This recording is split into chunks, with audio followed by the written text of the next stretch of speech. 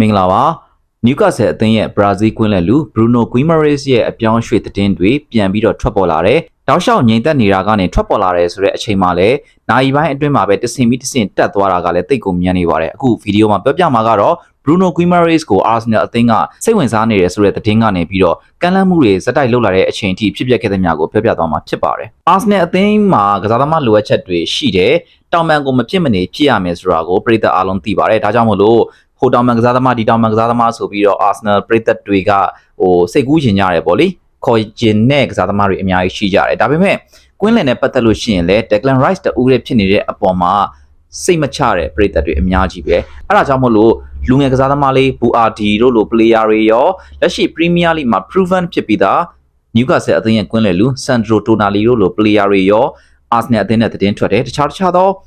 ဟိုတီသတင်းထွက်တဲ့ player တွေလည်းရှိတယ်အဲ့ထဲမှာမပါခဲ့တာကတော့ Bruno Guimaraes ပဲ Guimaraes နဲ့ပတ်သက်ပြီးတော့ Arsenal အသင်းဒီအင်္ဂလန်ကိုမရောက်ခင်ဒီကစားသမားကပြင်သစ်လိမှာကစားနေတဲ့အချိန်တုန်းကတော်တော်လေးကိုနာမည်ထွက်ခဲ့တယ်ဆိုပေမဲ့အဲ့ဒီနောက်ပိုင်းမှာတော့ Guimaraes နဲ့သတင်းထွက်ဖို့နေတတ်တာ Arsenal ပြည်သက်တွေမုန်းတဲ့ကစားသမားတူတော့ဖြစ်လာခဲ့ပါတယ်ဒါပေမဲ့လည်းအခုချိန်မှာရုတ်တရက်သတင်းထွက်လာပြီးတော့တော်တော်လေးကိုနီးစပ်တဲ့အနေအထားတွေအထိကိုရောက်ရှိလာတယ်အဲ့ဒါကတော့လွန်ခဲ့တဲ့24နာရီလောက်တုန်းကGuimaraes ကို Arsenal အသင်းကစိတ်ဝင်စားနေတယ်ဆိုတဲ့အကြောင်းကိုစပြီးတော့ထွက်လာတယ်ဒီအချိန်မှာပရိသတ်တော်တော်များများလှုပ်လှုပ်ရှားရှားဖြစ်သွားကြတယ်ပြိုင်ဘက်အဖြစ်ရင်ဆိုင်ရတဲ့အခါမှာဒီ player ကိုမကြိုက်ပင်မဲ့ကိုအသင်းကစားသမားအဖြစ်မြင်ရမယ်ဆိုလို့ရှိရင်တော့အဆင်ပြေတယ်လို့ပြောလာတဲ့ Arsenal ပရိသတ်တွေအများကြီးပါပဲအဲ့ဒီလိုနဲ့ Arsenal အသင်းရဲ့ပထမအချိန်ကမ်းလှမ်းမှုကိုသတင်းတွေ့ရတယ်ပြီးတော့ဒုတိယအချိန်ကမ်းလှမ်းမှုကိုသတင်းတွေ့ရတယ်အခုဆိုလို့ရှိရင်တတိယအချိန်ကမ်းလှမ်းတော့မယ်ဆိုတဲ့သတင်းတွေလည်းတွေ့နေရတယ်လောလောဆယ်တော့တောက်လျှောက်Newcastle အသင်းဘက်က Arsenal ရဲ့ကမ်းလှမ်းမှုတွေကိုပယ်ချနေတော့မယ်။ဒါပေမဲ့လည်းအတီးပြုတ်လို့မရသေးတဲ့သတင်းအချက်လက်တချို့အရတော့ Newcastle အသင်းသာ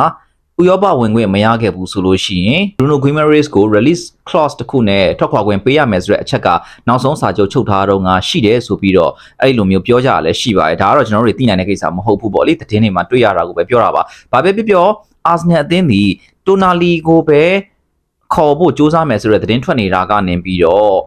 Guimaraes နဲ့သတင်းထွက်လာတယ်ပြီးတော့ကမ်းလှမ်းမှုတွေလုပ်လိုက်တယ်ဆိုတဲ့သတင်းတွေကခက်စစ်စစ်လေးကိုထွက်လာခဲ့တာဒါကပြည်သက်တွေအတွက်တော်တော်လေးအားရစရာကောင်းတယ်ညက်လှည့်ပြလိုက်သလိုပဲဗျာငြင်းနေတာကနေပြီးတော့လှုပ်ရှားဖြစ်အောင်လုပ်သွားတာအဲ့တော့ဘာဆက်ဖြစ်မလဲကတော့ကြည့်ရအောင်မယ်လောလောဆယ်တော့တတိယအချိန်မြောက်ထိအာဆင်နယ်အသင်းကကမ်းလှမ်းဖို့တော့ရှိတယ်ကစားသမားရဲ့ပြောင်းရွှေ့ခြင်းနဲ့ပတ်သက်လို့ကတော့သူတို့နှစ်သင်းကြားထဲမှာသဘောတူညီမှုမရဘူးပေါ့လေအဲ့ဒီလိုမျိုးရှိနေပါတယ်နောက်တစ်ချက်ကတော့ဒီကစားသမားရဲ့လက်ရှိအသက်ပါအသက်28နှစ်ရှိပြီဘရာဇီးလေရွေးစဉ်ဖြစ်တယ်လောလောဆယ်ကမ္ဘာဖလားကစားနေတယ်ဒီအနေထားမျိုးကိုအာဆင်နယ်အသင်းကဘယ်လောက်ပေးမလဲဆိုတဲ့အချက်ကိုလည်းစဉ်းစားကြရတော့ရှိတယ်ကစားသမားအနေနဲ့ prime time မှာနောက်ထပ်3နှစ်လောက်တော့ကစားနိုင်အောင်မယ်လို့အကြမ်းမြင်ခံမှန်းလို့ရပါတယ်အာဆင်နယ်အသင်းရဲ့ကွင်းလယ်လိုအပ်ချက်အတွက်ပြီးတော့ Declan Rice တယောက်တည်းဖြစ်နေတဲ့အနေထားပေါ့လေအဲ့လိုအနေထားအတွက် Bruno Guimaraes ကိုခေါ်မလားBuardi တို့လိုမျိုးလူငယ်ခြေတက်သုံးလို့လဲရတယ်ခြေစွမ်းနဲ့တော်တော်လေးကောင်းတယ်ဆိုတော့ကစားသမားမျိုးကိုပဲတင်းလျောက်ပတ်တဲ့ဈေးနှုန်းနဲ့ခေါ်မလားဆိုတော့ကျွန်တော်စောင့်ကြည့်ရမယ်။တေချာတာကတော့ Arsenal အသင်းအနေနဲ့တာမန်ကစားသမားလိုအပ်ချက်နဲ့အတူတူသူတို့အတွက်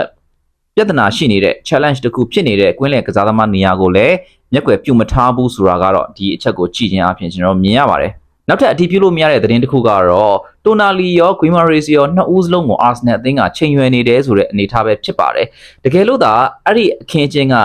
ဖြစ်ခဲ့မယ်ကြိုးလဲကြိုးစားခဲ့မယ်ခေါ်ယူနိုင်စွမ်းလဲရှိခဲ့မယ်ဆိုလို့ရှိရင်တော့ Declan Rice Tonali Guimaraes တို့ရဲ့ကွင်းလယ်ဟာတော်တော်လေးကိုကြောက်စရာကောင်းတဲ့အနေအထားကိုရောက်ရှိသွားမှာဖြစ်ပါတယ်လောလောဆယ်တော့ဒီအချက်ကသတင်းဖြစ်ပဲရှိပါသေးတယ်လက်တွေ့အာရုံစိုက်ရမှာကတတိယအကြိမ်မြောက်ကမ်းလှမ်းမှုဟာဘယ်လိုဖြစ်လာမလဲဆိုတဲ့အနေအထားပဲဖြစ်ပါတယ်ဆိုတော့ Arsenal အသင်းလည်းပဲအပြောင်းရွှေ့ဈေးကွက်ထဲမှာလှုပ်လှုပ်ရှားရှားဖြစ်နေပြီဆိုတာကိုဒီအချက်တွေကပြသနေပါတယ်ဘာဖြစ်လာမလဲကတော့ကျွန်တော်တို့အားလုံးစောင့်ကြည့်ရမှာဖြစ်ပါတယ်Miracle Sports Media အတွက်တင်ဆက်ခဲ့တာဖြစ်ပါတယ်အားလုံးကိုကျေးဇူးအများကြီးတင်ပါတယ်ခင်ဗျာ